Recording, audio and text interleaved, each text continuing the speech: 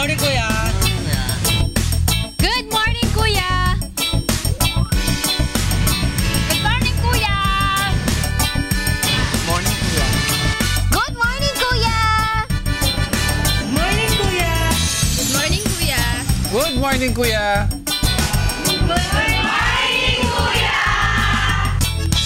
Good morning!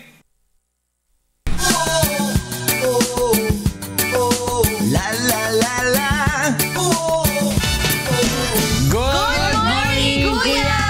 Good morning. 5:10 na po ng umaga. Pero sa mga bata ngayon, hindi ikaw Hindi ka na bata. Oo. Mga bata ngayon, pwede matulog ng mas mahaba. Oo, kasi suspended. Ano sa karamihang lugar. Yes, dahil sa heavy rainfall warning sa NCR. Pero abangan pa nila yung mga further announcements sa maya-maya. Pero may mga listahan na binigay. So yung mga mami at daddy na gumagawa ng baon tsaka naghahatid sundo, pwede magpahinga. Oo, tsaka pwedeng magbigay ng allowance, baka mauto. Tipid. Kawawa mga bata. Yan siguro gawain mo noon. Oo, dati gawain ko yan eh. Na tinatago mo. Teka lang. Pero bago ang lahat, syempre, puntahan muna natin. Angel, ano ba meron? Pero tama ka dyan, Jago. Manatili sila nakatutok sa atin kasi we'll be giving updates dun sa mga school tsaka anong levels yung mga walang pasok. For the meantime po, sit back and relax tulad ng aking sinabi yesterday. Tayo po ay makinig muna sa kasagutan ni Brother Eli Soriano para po sa katanungan na sabi ng kaibigan daw niya na kahit nakasal silang mag-asawa ay hindi pa rin siya pag-aari. Tama po ba yun? O yan, yung mga tanong na sinasabi ng mga mag-asawa, di ba, na kahit asawa ko na yan, meron pa rin siyang sariling desisyon at siya pa rin ang masusunod kung gusto niya. Tama ba yun kung gano'n ang ugali mo? Of course, sasagutin po yan ni Brother Eli Soriano para sa ating Biblically Speak.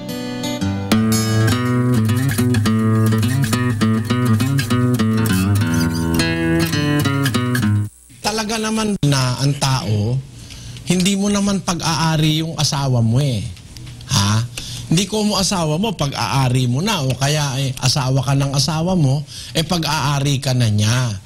Pero sa Biblia, yung kanyang katawan, may karapatan ka. Sa 7:4 ng unang Korinto, ganito. Ang babae ay walang kapangyarihan sa kanyang sariling katawan kundi ang asawa. At gayon din naman ang lalaki ay walang kapangyarihan sa kanyang sariling katawan kundi ang asawa. Tamo, may kapangyarihan yung asawa mo, lalaki o babae, may kapangyarihan sa katawan mo kung asawa mo siya. Sa katawan lang, pero sa kaluluwa mo, sa espiritu mo, siyempre pag-aari ng Panginoon Diyos yan. Yan ang punto ron, kapatid.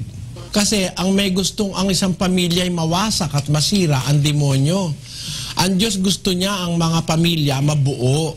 Laging buo para wag makapasok ang mga tukso, ang mga hatred, ang galit, ang puot, ang mga inggit. Ang gusto ng Diyos, ang pamilya buo. Pakinggan mo yung payo ng Diyos. Ang payo ng Diyos kasi, ang babae, iibigin mo ang iyong asawa, papasakop ka sa kanya, igagalang mo asawa mo. Yun ang payo ng Diyos, kapatid. Pero pag ang magpapayo sa'yo, parang ipinakikita sa'yo to look into possibility of separation and disregarding your husband, masamang payo yan. Ako natitiyak ko, hindi payo ng Diyos yan, kapatid. Ingat ka ron sa pakinggan mong payo. Basahin mo ang aklat ng Korinto, mababasa mo ang mga payo ng Panginoon sa mag-asawa. Kailangan kasi mag-asawa laging intact yan, magkasama, nagmamahala, nagpapatuloy dahil sa kanilang mga anak at sa kanilang mga apo. Ang magulang kasi parang haligi ng isang bahayan hanggang sa kaapu-apuhan mo, no? Kaya nga pag ang isang mag-asawa o ang isang pamilya ay hindi sumusunod sa Diyos, nadadamay tuloy pati mga apo hanggang sa ikatlo't sa ikaapat na sali ng lahi. So, ang pagmamahal sa asawa, ang pagsisikap na manatiling ang pamilya ay buo, intact, kumikilala sa Diyos, pamilyang nabubuhay sa kabutihan, yan ay paglingap mo na rin hanggang sa kaapu-apuhan mo. Ako kasi nararamdaman ko, mahal ko yung aking mga anak, pero para bang mas matindi pag apo na Parang pag ang daladala mo yung apo mo, maano na, mas matimbang yata, sabi nga ng matatanda mas mahal daw ang tubo kaysa sa puhunan. Paano kaya naman nagkatubo kung walang puhunan? Yun sabi ng matatanda. Kaya yung mga apo ko gusto mo ako makaramdam ng ligaya sa buhay dalin mo yung apo ko sa akin. Ganon. Ngayon, kung mahal mo yung apo mo, dapat manatili yung pamilyang buo. Ingatan ng mga anak, ang relasyon ng mag-anak, at hanggang sa kaapu-apuhan ang pagpapala ng Diyos tatagos. Tingnan mo yung si Job. Palibasay na natiling tapat si Job, hanggang sa kanyang apo, nakita niya.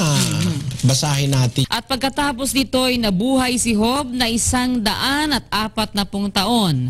At nakita niya ang kanyang mga anak at ang mga anak ng kanyang mga anak hanggang sa 4 na saling lahi. Kita mo, unto the 4th generation.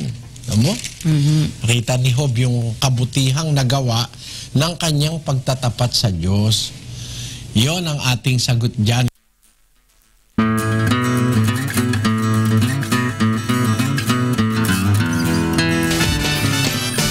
Ayan, maraming salamat po sa inyo, Brother Eli Soriano, sa pagbibigay linaw sa katanungan kung pagmamayari ba ng asawa ang kanyang kabiyak. Maraming salamat po ulit, Brother Eli Soriano, para sa ating Biblically Speaking.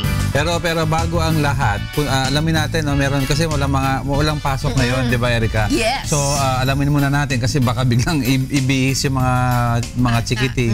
O Yun pala, wala silang tapos si pasok, Daddy, suspended. ibig sa makatulog ng 2 oras dagdag, papasok sa kotse, maghahatid Diba? So, alamin natin ang listahan ng mga walang pasok. Ano ba yung listahan na yan? Yes, tama ka dyan, Diego. Walang pasok po today, August 10, 2016, Wednesday, sa preschool hanggang high school po, Quezon City, Caloocan, Baras Rizal, Rodriguez Rizal. Yan po ay mula preschool hanggang high school. All levels naman po, yan Mandaluyong, Manila, Malabon, Marikina, Valenzuela, Makati, Parañaque, Taguig, Pateros, Pasay, Las Piñas, San Juan City, San Pedro, Laguna, Antipolo, Rizal, Bataan Province at Cavite Province. Yan po ang mga walang pasok. Yan po yung mga nabanggit kong huli ay all levels. Sa Pasig City ay wala rin pasok. All levels po yan. Ito dahil hindi daw sa hangin pero dahil sa ano yan? Yes, correct ka dyan, Diego. Kahapon kasi ata... Heavy rainfall warning. Yesterday afternoon, heavy rainfall na nga sabi nga, di ba? So, abangan na lang ibang announcement pa and better stay indoors na lang. Stay indoors. Yes. Kung wala namang ibang importanteng gagawin, manood na lang po kayo dito sa UNTV. Yes. Di ba, Kikay? Para malaman nila. Tama yan. Next time sila ay magpapalengke. Bago mamalengke. Bago mamalengke. Itanong muna kay Kikay yung mga listahan. Yung mga di ba? Mga pwedeng puntahan na palengke, mamaya baha Oo. Wait, pero teka lang. Para sa mga breakfast ng mga mami daddy, ito, manood kayo.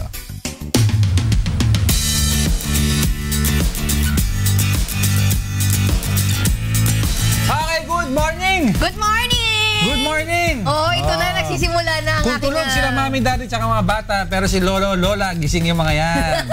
So, Lolo, Nay, Tay, ito po, quick meal na. Yes! So, at patuloy pa rin mga kasangbahay ang ating eggplant special ngayong Wednesday morning. Eggplant Serie Day 3. At Day ngayon, 3. Diego at mga kasangbahay, gagawin Teka lang, natin. kahapon wala ka. Ano ba ginawa kahapon? Eggplant steak. Kasi wala kaming breakfast. So, ang kinain namin, imbis na beef Tagalog, Eggplant steak. Parang-paraan lang yan para hindi masayang. Pero ngayon, eggplant, tortang, ano to? Eggplant omelette. Eggplant omelette, tortang eggplant. Ayun. Basta may eggplant sa omelette, yun yan. Yun na yun. Simple lang, Kikay. Ano ba Yes, ingredients? tapos ito atin mga kasangbahay ang ating ingredients. Meron tayong eggplant, of course. Meron din tayong itlog, salt and pepper, onion, garlic, at whatchamacallit? Basil ba yan? Basil. Oo, napakadali lang mga kasangbahay. At ito ang paggawa ng ating eggplant omelette. Let's go!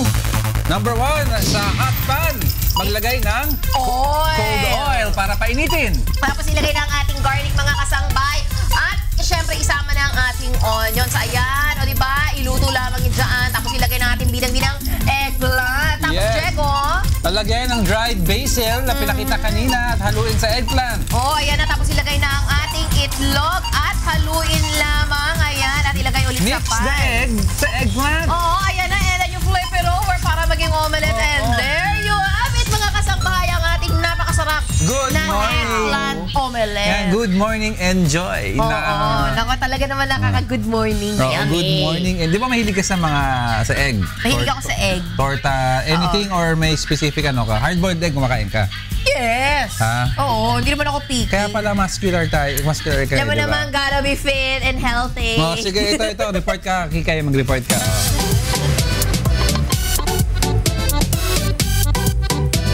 Good morning, Kuya, at good morning sa inyong lahat, mga kasangbahay. Ako ulit si Kikay at nagbabalik ako dito sa Pasig Palengke upang alamin natin magkano na nga ba ang presyo ng ating mga pangunahing bilid. Siyempre sa palengke. Ayan, at ngayon alamin natin magkano na nga ba ang presyo ng ating mga isda at mga gulay mamaya. Pero ngayon isda muna at makakasama natin si Kuya Jun. O diba? Hello, Kuya Jun.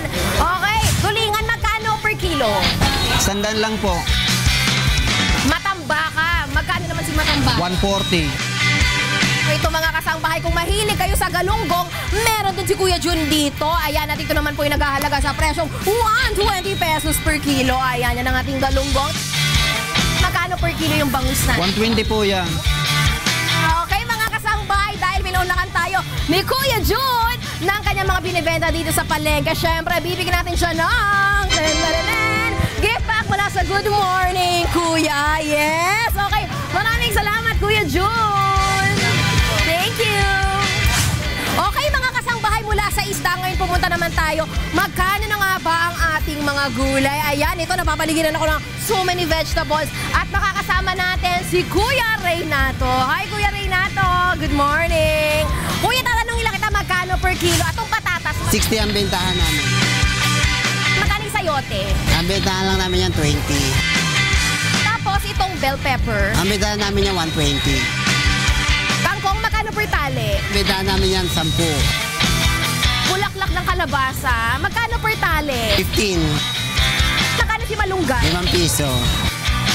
Okay mga kasangbahay, dahil pinulakan tayo ni Kuya Reynato kung magkano ang kanyang mga binibenta dito sa Pasig Palengke, bibigyan natin siya ng gift pack mula sa Good Morning, Kuya! Thank you, Kuya Reynato!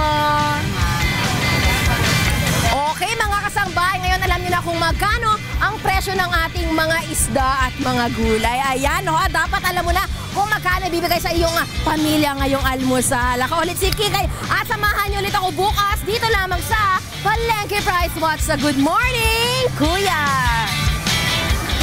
Okay mga kasangbahay, ngayon alam niyo na ang presyo ng ating mga isda at gulay dyan sa aking hometown na Pasig Market. O kahit maulan, bukas pa rin sila umaga o gabi. Rain or shine, bukas ang Pasig Palengke. Yan po ang ating Palengke Price Watch for today. Ikay, kailangan din natin to. Kaya good morning, Kuya. Would like to thank Patrol. Ayaw mo bang tumaba? Go with the power of 500. Go with the power of Patrol. And Live It. Take care of your liver with Live It. Available at all leading drugstores nationwide. And good morning, Kuya. Would also like to thank New Moms. Maging bidang nanay sa New Moms Malunggay. At OsteoGuard, tulong iwas osteoarthritis sa OsteoGuard. Go, galaw! Wow! Good morning, 5:30 na po ng umaga. It's a very rainy Wednesday. Tama, no? Wednesday morning. Bad At ito weather po, Wednesday. may announcement tayo sa mga walang pasok. Ano ba yung announcement na yan? Yes, correct ka dyan, Diego. And of course, today is August 10, 2016, Wednesday. Wala pong pasok ang preschool hanggang high school po. Ito po yung mga lugar nito: Quezon City, Caloocan, Baraz, Rizal, Rodriguez, Rizal. At all levels naman, dito po sa area ng Mandaluyong, Manila, Malabon, Marikina, Valenzuela, Makati, Parañaque, Taguig, Pateros, Pasay, Pasig City, Las Piñas, San Juan City, San Pedro, Laguna, Antipolo, Rizal, Bataan Province at Cavite Province. So yung unang binanggit ko pong 4 na lugar, yan po ay preschool to high school lamang. Tapos yung huli ay all levels po yan. So manatili po kayong naka-update o nakatutok dito sa amin para sa mga update ng mga walang pasok na eskwela. So, mga kailangan lumabas, mag-check po sa mga MMDA na app, tsaka mga NDRRMC kasi baha, Yung mga di ba? baha. May mga baha. Flooded areas. So baka may mga areas na hindi sila makadaan at baka maipit lang sila. Rina.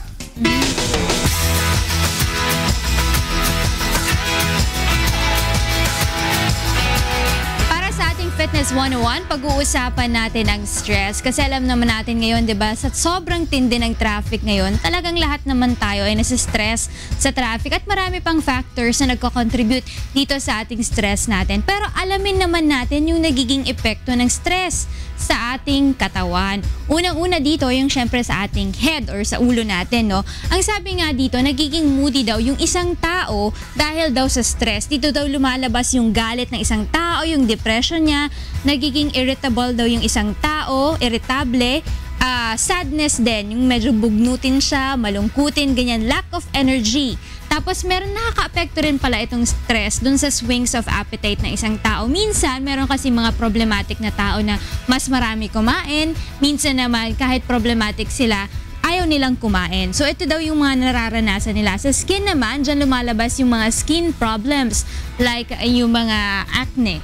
So, aside from that, makikita mo yung mga wrinkles, dry skin, di ba, pumapangit yung skin ng tao dahil sa stress. Sa joints and muscles nyo naman, nagko-contribute daw yan ng aches and pains, tension, and lower bone density. Para naman sa inyong mga puso o heart, increased blood pressure naman daw ito, increased heartbeat, higher cholesterol, and instances of heart attack. Sinasabi nila kasi pag ikaw daw ay nasa-stress or may galit sa isang tao, kailangan daw wag mo daw siyang kinikimkim. Mas maganda daw na sinasabi mo pa rin siya. Parang nilalabas mo pa rin siya, bin-event out mo. Pero bago mo event out, diba laging sabi sa atin ni Kuya na parang pag-isipan mo muna. Kasi once na nasabi mo na, hindi mo na mababawi diba? So in a nice way, sabihin mo pa rin yung gusto mong sabihin na galit o may hinanakit ka sa isang tao, diba? Sa stomach naman daw, it can cause stomach cramps, reflux, and nausea, and weight fluctuations. Sa may pancreas naman daw, yung diabetes naman daw.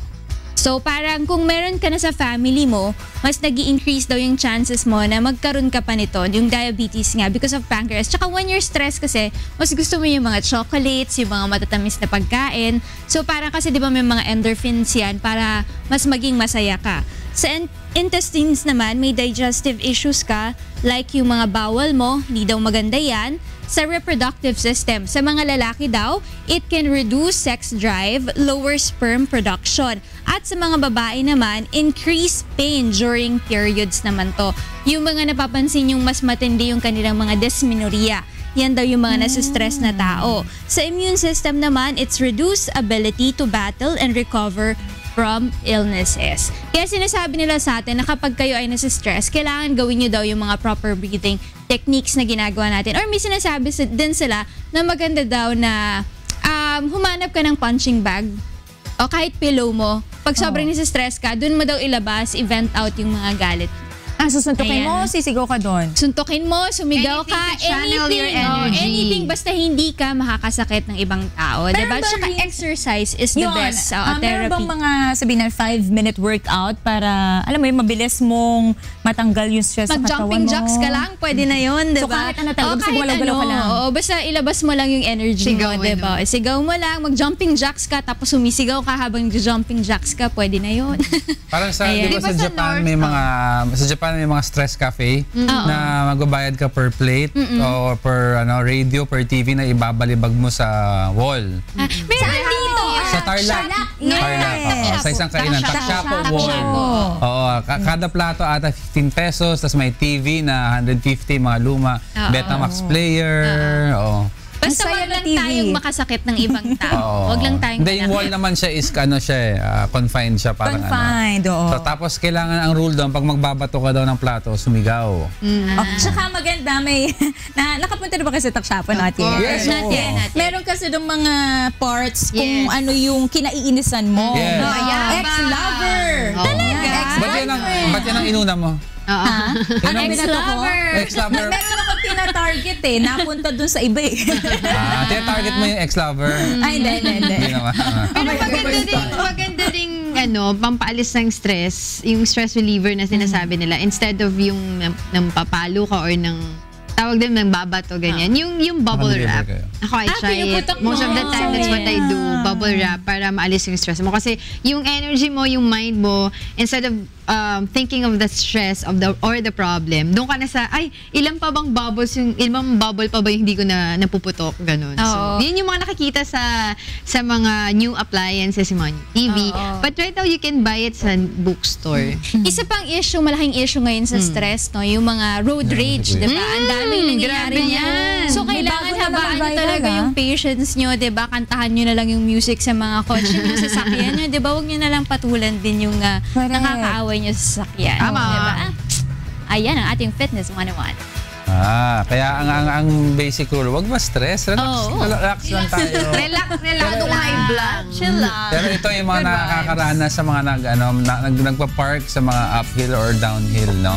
Na nagsislide ng car. May mga rules kasi yan paano mag-park properly. Wag aasa sa handbrake, wag rin aasa sa mga gear mo or kalso. Yung kalso po hindi really accepted yan. Pero pwede. Pero ito para sa ating mga kasangbahay na driver, kung magpa-park ng uphill or downhill sa Manibela Tips. Panoorin niyo po ito.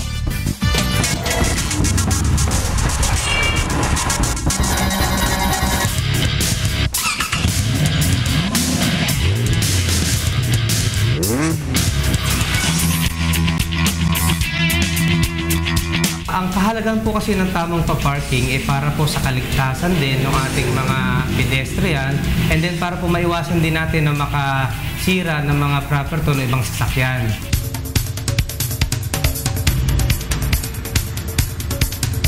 Ang pagpapark ng uphill, dapat ang una natin gagawin handbrake natin and then ikutin natin yung steering wheel natin pakaliwa. Ikutin sa kaliwa. At pangatlo, papatay ng makina tapos ipe-first gear natin yung ating gear. Ang dahilan kasi kaya natin inikot yung gulong pakaliwa para pag nag-move siya downhill, ang mangyayari is tatama kagad yung gulong natin doon sa gutter. So may iwasan natin continuous na gumalaw yung sasakyan pababa. Ngayon naman kung tayo ay magpapark habang naghihintay pero sa uphill, dapat po doon nakaikot ang inyong steering wheel din pakaliwa at saka tayong naka-handbrake. Yan po kung aiwanan natin yung sasakyan na umaandar. Pero hindi po ang dahilan niya para pagbaba niya, tatama po agad yung gulong nyo pakaliwa so hindi na maiwasan na pong continuous moving nung sasakyan. Ngayon naman po kung magpaparking tayo ng downhill, ang procedure naman po kung tayo iwanan natin yung sasakyan ng patayang makina, i-handbrake po natin. Unang gagawin na handbrake. And then, iikutin nyo naman po sa opposite side. Pakanan naman yung inyong manibela. And then, patayin ang makina. Tapos, i-reverse po natin yung ating gear. Ang dahilan naman po niya, para paggalaw niya naman pababa, ang gulong po is tatama agad doon sa gutter. So, maiwasan nyo rin yung continuous moving ng sasakyan.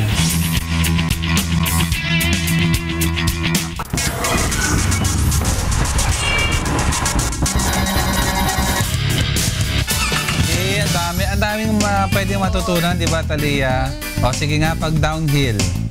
Pag downhill, yun nga kailangan Kung gusto mo nakaharap na paakyat pero downhill, anong para kailangan dapat? naka-handbrake muna. Tapos yung gulong mo dapat nakasa Ayun, bakit? right.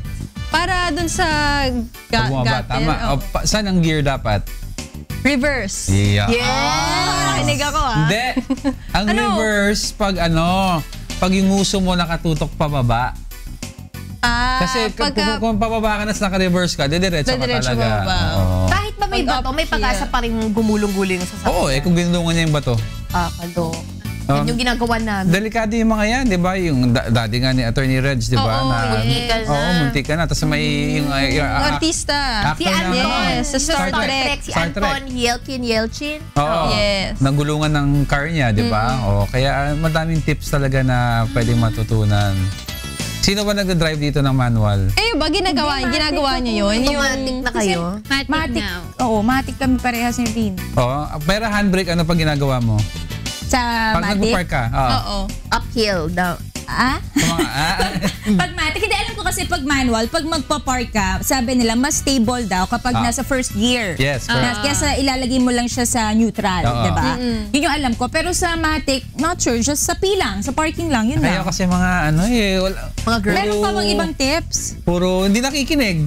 Hindi pag automatic. Ha? Pag Siguro automatic. yun yung gulong. Yung Oo gulong nga siguro. Pag automatic, park or drive lang kasi. Kayo mga girls kayo. Pag emergency, ano mangyayari? mag-drive, pero pag tinanong mo kami kung paano ayusan, di namin alam. Basta alam ko si Maka. Alam Teka lang lang, pero namin ano, mag-drive. may word for the day ba? Meron na. Meron na. O sige, mag-aaral muna tayo. O.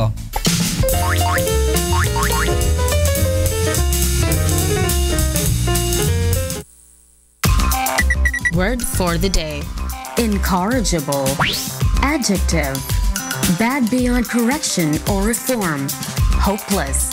Irreformable. Also unruly. Unmanageable.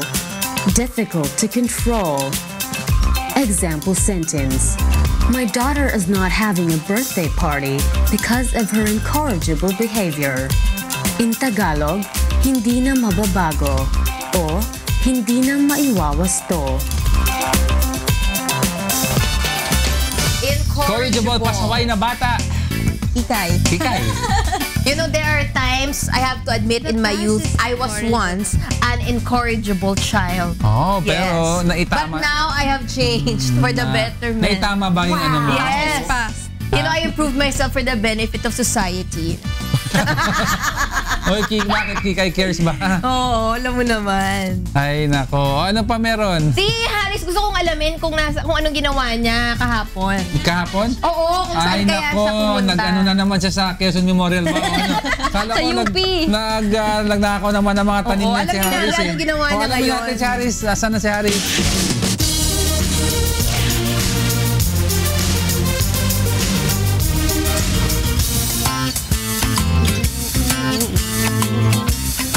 Good morning kuya at good morning sa ating mga kasambahay. Good morning po sa mga kasama natin dyan sa bahay. Ngayong umaga pag-uusapan po natin na isang uri po ng mga bulaklak. Ito po ang ating santan. Okay, alam niyo po ba mga kasambahay, ang santan po ay nakakita po natin yan usually po sa ating pong bakuran o kaya po sa mga garden po natin o sa mga kalsada. Pero alam niyo po ba mga kasambahay, ng santan po ay kadalasan po natin nakikita sa ating pong bakuran o kaya po sa ating hardin o kaya kahit po sa mga kalsada. Ang santan po ay marami pong pwedeng paggamitan maliban po sa decoration po yan, papaganda po sa ating pong mga view. Siyempre, ang santan po ay ginagamit din po sa iba't ibang kondisyon po sa ating katawan. Alam niyo po ba na ang bulaklak ng santan ay ginagamit po para sa mas mabilis po na paggaling po ng sugat. Ito po ay may antimicrobial property, kaya nakakatulong po yan sa mga may infection. Ito rin po ay may antioxidant, ito po ay anti-tumor property, at ito po ay nakakatulong din po para protektahan po ang ating atay. Ito naman po, sa mga dahon naman po ay pwede rin po natin gamitin po ang ating dahon. Ang dahon po ay may anti-inflammatory property para po sa mga namamaga, para po sa nagkaroon po ng mga sugat, sa nagkaroon po ng kagat ng mga insekto, pwede po natin gamitin yan. Meron din po yung anti-ulcer property, anti-asthmatic, sa mga hirap po huminga, sa mga nahihingal, pwede pong paggamitan ng ating dahon ng santan, pati po sa mga nagtatae, pasintabi po sa kumakain, sa mga nagkakaroon po ng problema sa kanilang panunaw, at pwede rin po gamitin yan. At sa mga may problema po sa kanilang blood sugar, at ganoon din po sa kanilang pong cholesterol. Pero syempre po, ito po mga kasambahay, isa pong paalala na dapat po magpakonsulta po sa mga eksperto po pagdating sa mga natural na pamamaraan para po makaiwas po tayo ng mga aksidente. Kaya nga mga kasambahay, lagi nyo kaming sasamahan dahil nga po sa mga dagdag kaalaman, kahit sa lansangan, lagi ka may maaasahan. And you're always on the go! Santan. May kwento kami ni Talia dyan. Oo. Santan? Oo, Tungkol yung sa santan. santan? Kasi yung santan, ito yung madalas na tumutubo sa ating bakuran. Yung maliit sinisip-sip. na... Yung sinisip-sip. Yung ano ba yun? Yung nectar, yung essence. Yung ba yung may hinihila?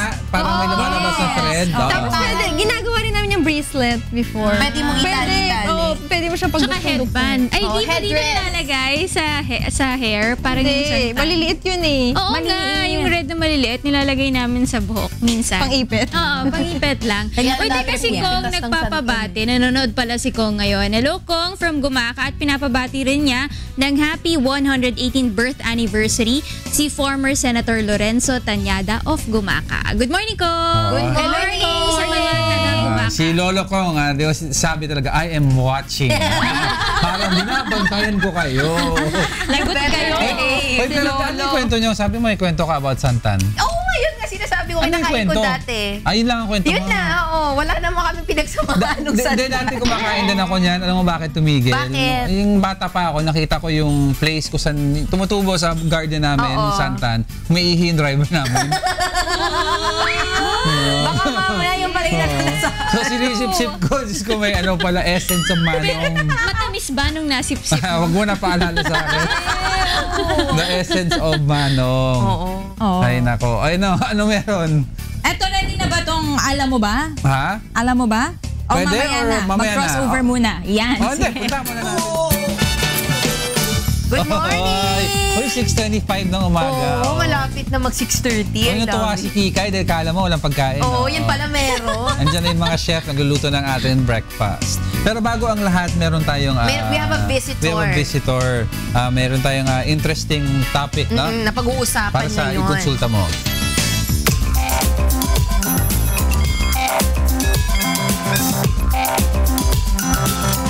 Isa sa mga bagong batas na ipinatutupad ngayon sa bansa ay ang Republic Act 10909 o ang No Shortchanging Act, kung saan inuutusan ang mga business establishment pati ang mga sari-sari store na magbigay ng saktong sukli sa mga customer at pagbabawal sa pagbibigay ng candy sa halip na monetary change. Bukod dito, ano-ano pa ba ang mga impormasyong dapat malaman ng publiko patungkol sa panibagong batas na ito? Yan ang ituturo sa atin ng ating makakasama ngayong umaga. Yes. Good morning! Yes. Ito na. Hi, Monica! Hello, ma'am! Hello Sinundo po. ko ang ating Good napakagandang morning. bisita. Of course, kasama natin ngayon si Attorney Ann Claire Cabotchan. Siya po ang Officer in Charge ng Consumer Protection Group ng Department of Trade and Industry. Good morning po. Take a seat po tayo, ma'am. Morning, ma'am. Gustong-gusto ko tong bagong act na to kasi madalas nabibiktima po ako dito and I'm sure pati mga kasama natin dito sa bahay, yung mga kulang na sukli doon sa aming mga pinagbibilhan. So we're going to talk about the No Shortchanging Act, which is actually very new po, no ma'am? It's very new. Very new. So para lang po mas maintindihan ng ating mga kasambahay kung ano tong bagong batas na to, maaari niyo po ba in a nutshell explain to us kung ano tong No Shortchanging Act po? Okay, itong No Shortchanging Act was published only August 1, Very which new. means that it will take effect on August 16, which is 15 days after publication. Itong batas na ito talaga, ang layunin niya is really to protect the consumers from deceptive practices, institutionalize yung practice of giving the exact or change or more than what is due the customer, and also giving the customer adequate rights at saka means for redress pag meron silang complaints against establishments that do not give you the exact change. So ma'am, dito po nagfo-fall lahat. Doon kasi sa BTR kanina sinabi yung sari-sari stores, of course, sa mga malls. I wanna ask, even ba yung mga sabihin natin transportation, jeep, taxi? Naku, marami yan. Oo, sa taxi especially, pwede rin po ba silang mag-fall dito? Actually, yung batas sinasabi niya, all business establishments that sell goods or services. Okay. Siyempre, meron tayong naririnig na sinasabi nila na hindi sila kasama. That is something that when DTI crafts the implementing rules and regulations, dapat maging maliwanag kasi iimbitahan lahat ng stakeholders eh. So, dapat maging maliwanag kung sinong sakop niyan. Okay. Kasi lahat kasi natural or juridical persons. So, even government-owned or controlled corporations, Pwede basta rin.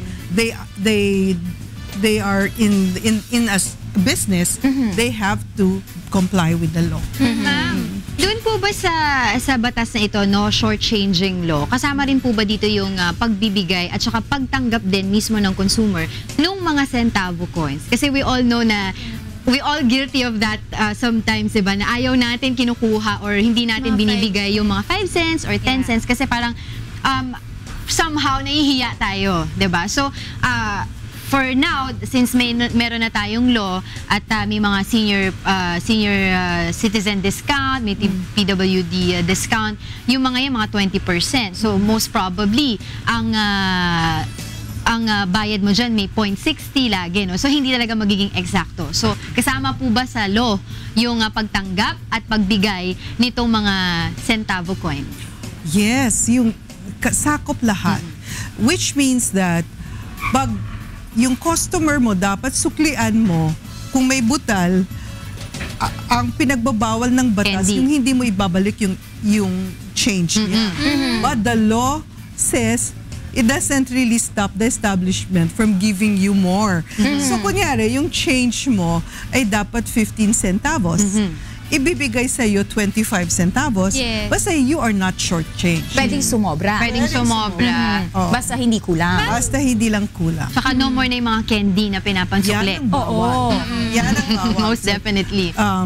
Payment in the form of other means except money or legal tender, bawal na yan. Alam mo kasi ma'am, if you would notice, minsan yung mga presyo ng mga goods, minsan sasabihin nila nasa 99.90.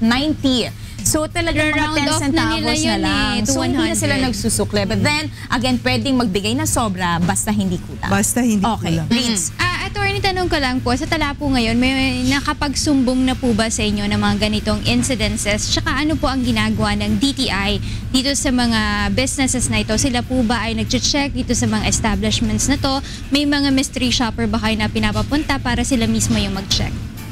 Kasi bago yung batas, di ba? Yeah, so wala. So, August 16 pa siya maging effective.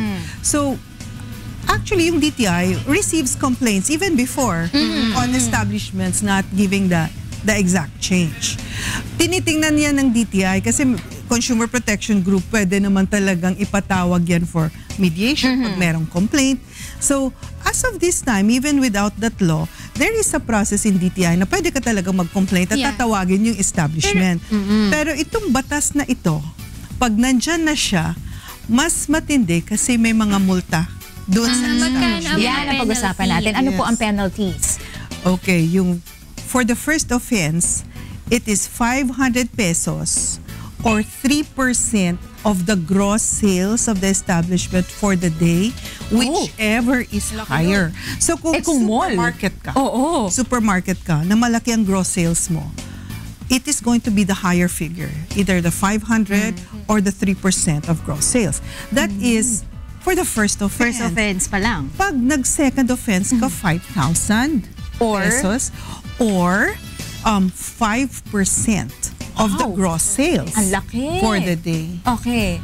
Pag naging third offense na, it's 15,000 or 7% of the gross sales, whichever is higher.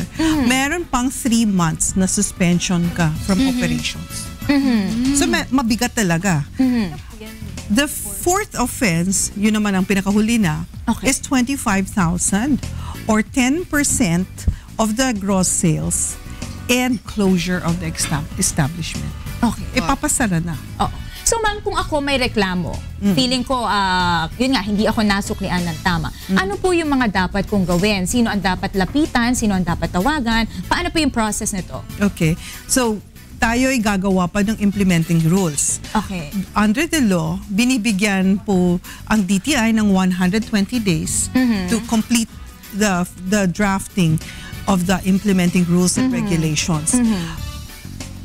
Ayon sa batas, you have 10 days from the time the incident happened to report. May letter sa DTI, re-report mo. Yung nagre-reklamo po ito, nagre-reklamo. Okay. Tapos, yung DTI naman, within 10 days, will have to act on it. Investigate po. Yes, investigate. They will have to call yung establishment. So, may proseso siya.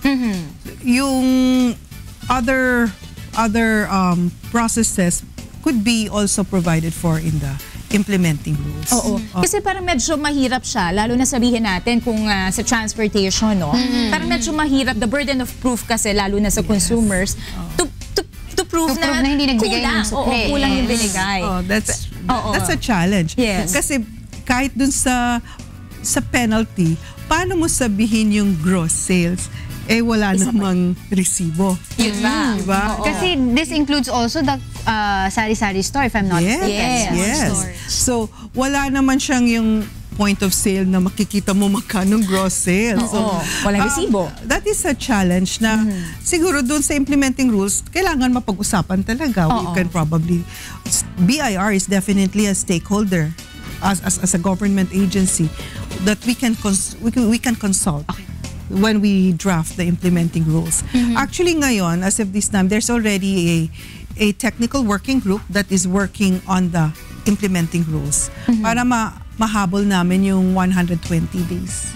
Sa bagay tulad na nabanggit ni Ma'am, this is very new sa October, August 16 pa talaga yung kanyang start ng implementation. So medyo mahaba pa tong usapan na ito. Yes. But we're looking forward po na mas mapag-usapan natin po na mas malalim ito in the coming days. Yes. Maraming salamat po, Attorney Claire Cabotyan. At again, tulad ng sinabi ko, balik po kayo dito para malaman natin kung ano yung mga rules na mapapasaan pa dito sa batas na ito. Maraming salamat po. Thank you very much. Thank you. This time naman, kilalanin natin itong kambala na ba sila ay visually impaired. Bagamat sila ay visually impaired, ay kinilala sa ibang bansa ang kanilang natatanging galing dito po sa ating Iba ang Pinoy.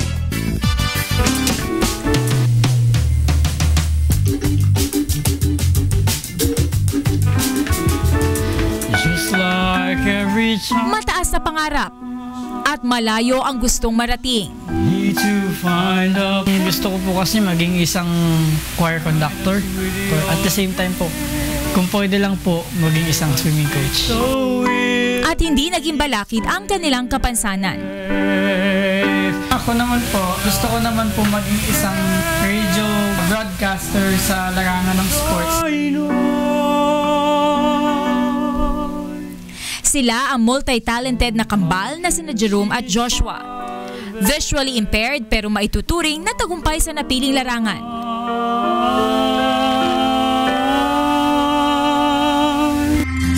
Ang kambal ay kinakitaan ng talento sa musika at kinilala bilang Ambassador of Peace ng United Nations Sailing for Peace through singing.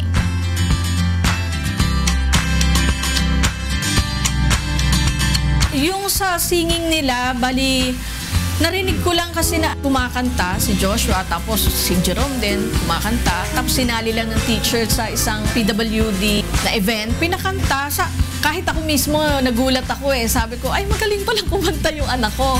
Sa piano, nakita lang nila nakatugtog, pinaturo ko yung basic, tapos sila na lang. Isa rin sa kinahiligan ng kambal ay ang photography. At kahit na nga sa gawaing bahay, ay maaasahan sila sa kabila ng kanilang kalagayan. Very happy ako talaga kung ano yung achievement na nakuha na nila. Pero at the same time, sinasabihan ko kasi sila na although nagagawa nyo tong mga to, pero kailangan parang hindi nyo pa rin alam. Sabi ko nga, huwag mayabang.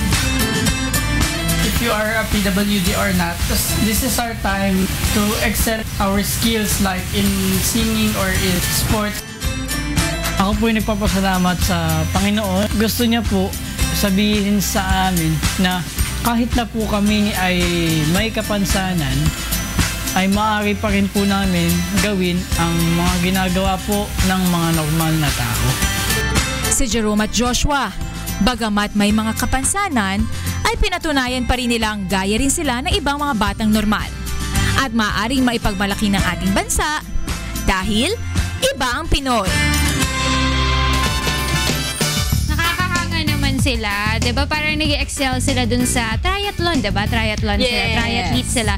So sana makasali din sila, ma-enhance nila yung mga skills nila, especially darating yung Paralympics natin this September. Kung mahuli nila yung skills nila, why not mag-join din sila sa mga ganong events, diba? Oh, yan yung sinasabi nilang, look at the person, not the disability. Amen. Oo nga. Okay, ito mga kasangbahay mula sa Ibaang Pinoy, pumunta naman tayo sa ating ikonsulta mo.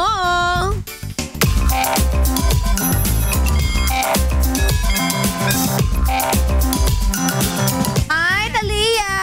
Hi, Doc Ish! Kasama natin si Doc Ish Pargas ng PhilHealth. Ayan. Good morning, Doc Ish! Have a seat, have a seat. Yan. Mabuti nakapunta ka kahit malakas ang ulan. Oo nga, maulan. Well, wala namang pasok ang mga batas. Yes. Ingat lang. At kung magkakasakit po kayo, syempre, nandiyan ang PhilHealth. Opo. Ayan, meron tayong bago ngayon sa PhilHealth, yung covered na ng PhilHealth ang mga orphans, di ba? Well, opo.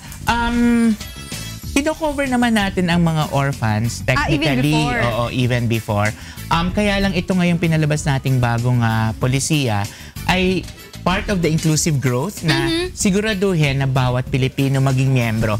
Siyempre kung orphan ka at wala kang kakayanang magbayad, ay kailangan maging miyembro ka. So sa ngayon, ang ginawa nating bagong scheme ay lahat ng mga orphans na nasa pangangalaga ng mga DSWD accredited centers. So kung yan man ay yung mga tinatawag na iba-ibang mga charity institutions, basta nasa pangangalaga at accredited ng DSWD, yung mga orphans doon na imimiyembro nila, ginawa natin silang parang pamilya.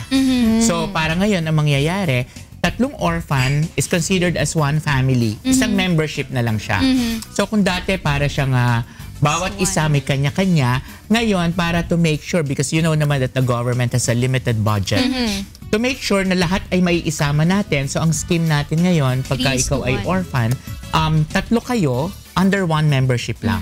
So isa lang ang babayadan, 2,004 as is yearly, pero all of them will get the same benefits. Okay, so parang kung lahat sila sabay-sabay na magkasakit yung 3 na under one name, pare-parehong benefits pa lang yung makukuha nila, tsaka up to what extent ng coverage? Yes.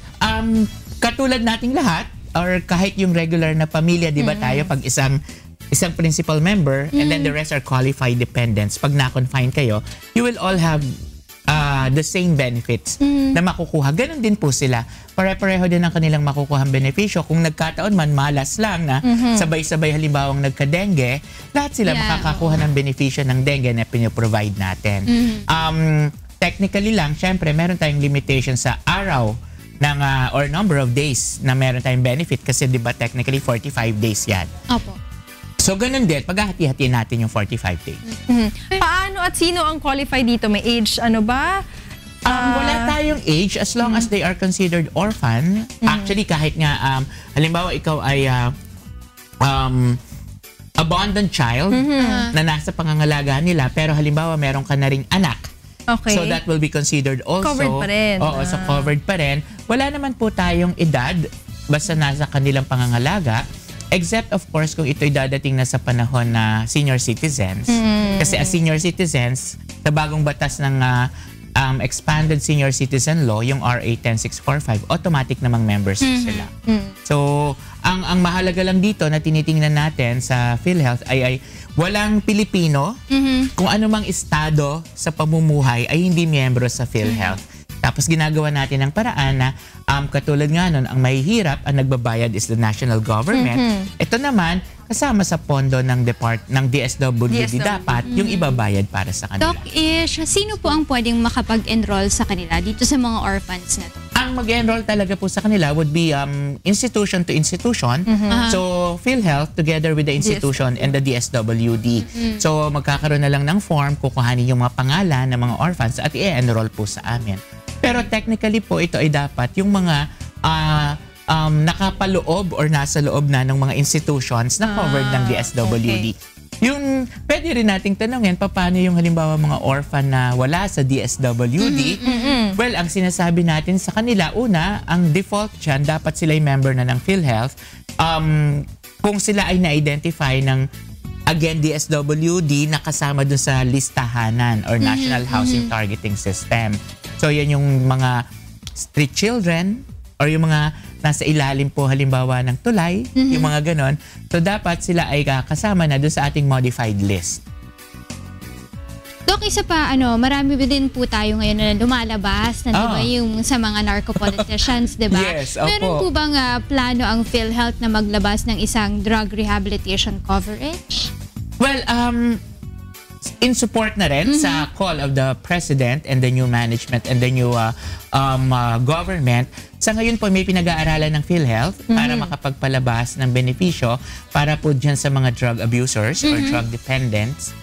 Siguro po in the week's time, kung matapos ang pag-aaral natin ito, ay makapag-announce tayo at makapaglabas ng benepisyo. But of course, this would be for those who are who would need medical assistance. No? Kasi hindi naman lahat ay pwedeng idaan kaagad sa pagpapa-ospital yung paggagamot sa mga ganito. Pero gusto ko rin lang linawin na sa ngayon naman kasi meron ng mga benepisyo ang PhilHealth when it comes to halimbawa mental and behavioral disorders secondary to hallucinogens, for example. So, kung ikaw ay meron ng mental and behavioral disorder, secondary to gumamit ka ng mga drugs like cocaine or any hallucinogens for that matter, or even for example alcohol, yun ay may mga benepisyo ng PhilHealth na binabayadan natin kasi meron ka ng disorder. So ngayon, ang ginagawa naman natin ay para dun sa parang rehab package for the abusers and the dependents. But of course, we will wait with that together with our new Secretary of Health, si Dr. Obial, pag meron na to announce such package together with we have our new officer in charge sa PhilHealth, si Mr. Ramon Body Arestosa. So, yun. Kailangan yun kasi marami nang sumusuko. Oo, namin na. Diba? Anything else to promote po, Doc? Well, paalala ko lang po sa lahat, again, especially yung mga employers, na ang kanila pong employer numbers nagtatapos sa 0 to 4. Ang inyo pong deadline ng payment of contribution is ngayong August 11 to August 15. So medyo matagal ang deadline natin. It's 1 week. It's not only a day. So walang dahilan para hindi sila makapagbayad ng premium contribution. Ayan, maraming salamat sa iyo, Doc Ish Pargas Thank you. ng PhilHealth. Thank you. Thank you. Thank you. Oy, pinakaabangan. Pinakaabangan ni Erika. Ito po na what's for breakfast.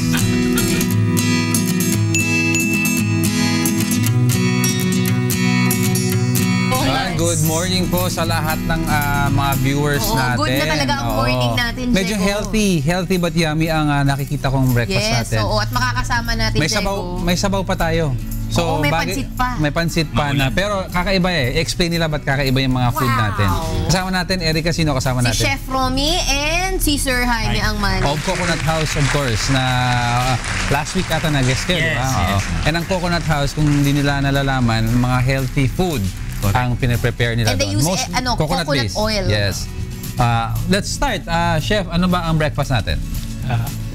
Breakfastihan po natin ngayon ay yung Coco Pandesal. Coco Pandesal. Ano ang Coco Pandesal? Ingredients. Ingredients niya po ay meron tayong Coco Pandesal na gawa sa coconut flour. Coconut flour, interesting. Sige. Tapang dagat na marinated po siya ng coconut soy sauce and coconut sugar. Tapang dagat, tuna. Apo, yung tuna po. At saka meron scrambled egg, coconut oil, lettuce, tomato slice, cucumber slice, mayo, saka buko meat. Buko meat. Pero itong buko meat, sabi mo ata optional ito, no? Yung mayo. Yung mayo. Of course. Ang tanong ko kasi, di ba, yung ingredients bago pumunta tayo sa procedure, ingredients nakita ko puro coconut. Yes. Madaming tao na although they appreciate coconut, hindi pa sila ready na may acceptance sa coconut na naka-incorporate sa regular dishes. Sanay kami kasi na ang coconut, kung di sa sabaw, iniinom dessert. lang. Correct. Anong epekto nito? May twist ka ba o may preparation, way of preparing it para matanggap ng tao yung lasa? Sa Coco Pandesal po. Sa Pandesal, coconut flour? Kasi hindi ako familiar doon eh. Actually, sir, yung coconut flour, parang flour din siya. Walang flavor? Wala. Parang interesting. ganun din siya. So kayo gumagawa nito? Yes. Okay, paano i-prepare itong yung Coco Pandesal? Coco Pandesal. Okay. Sa mainit na pan, maglagay tayo ng coconut oil. Coconut flour. Tapos, pan fry lang po natin yung tuna.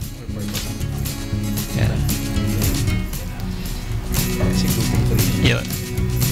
Tapos, gagawa tayo ng scrambled egg.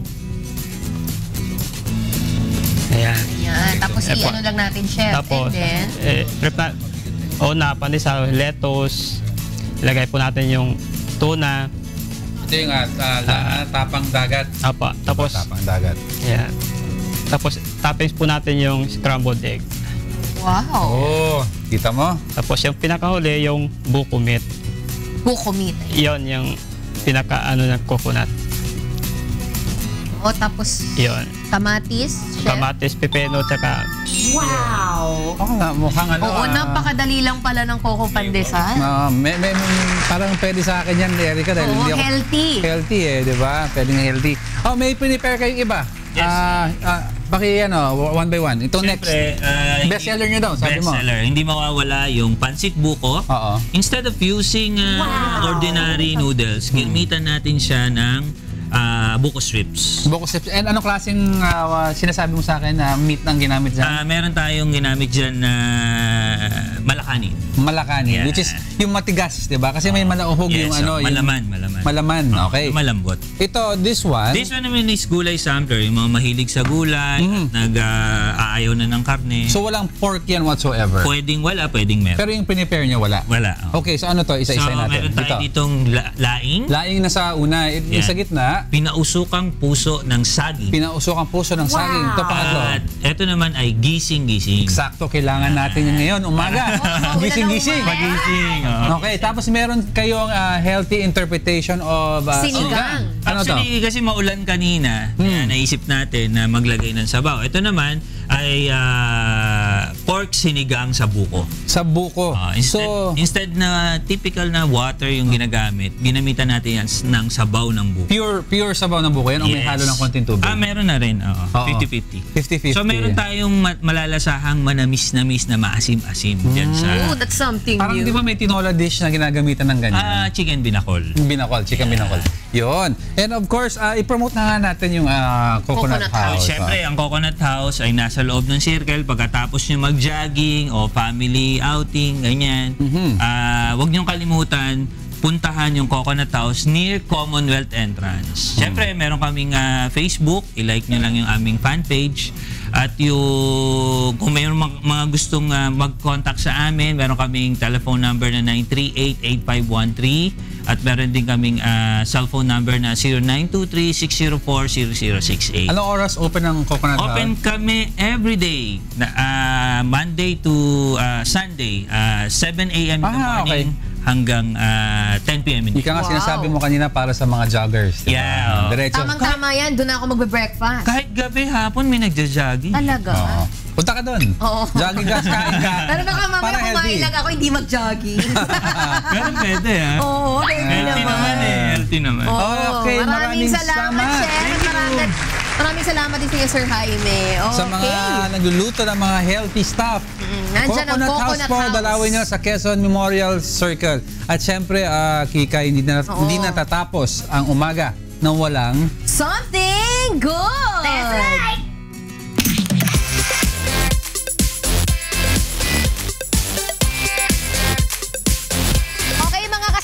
Ituloy na natin ang ating kaligayahan ito dahil ibabahagi ko sa inyo ang kwento ng isang mapagmalasakit na binata na nagsilbing inspirasyon sa ating mga netizens. Ito nga ayon sa netizen na si Alejandro Ismael, nakasakay siya sa isang jeep patungong Santa Mesa nang makita niya ang kabutihan ng isang hindi nakikilalang binata.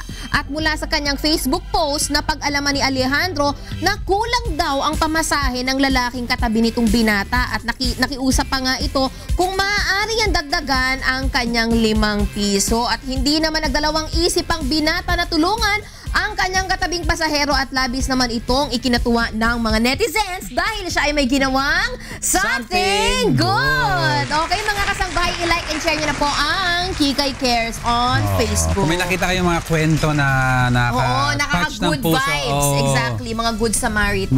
I-share nyo lang po sa Kikay Cares.